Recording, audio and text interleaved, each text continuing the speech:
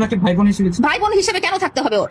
আমার সাথে ওর কোন ধরনের সম্পর্ক যে ও ভাই বোন হিসেবে আমার সাথে থাকতে হবে? ভাই বোন হিসেবে কেন থাকবে? ভাই বোন হিসেবে বিয়ের প্রলোভন কেন দিবে?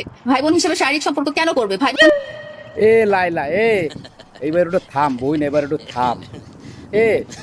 তোর পোলার বয়সেই ওই মামুন, তুই যে ওর লাগে ওই শারীরিক সম্পর্ক সম্পর্ক করার কথা যে কও, তা তুই ওর লাগে জেনা করে এতদিন রইলি কেমনে? আয় তুই এতদিন জেনা করে ওর লাগে কেমনে রইলি?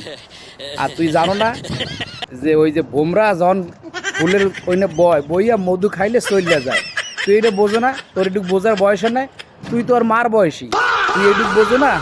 হ্যাঁ, আর একটু থাম।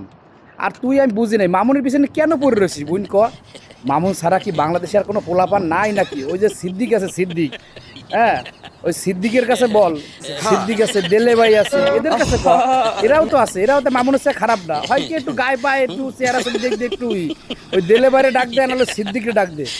এ সিদ্দিক, সিদ্দিক, কি তুই এই যে লাইলারে বিয়ে করবি?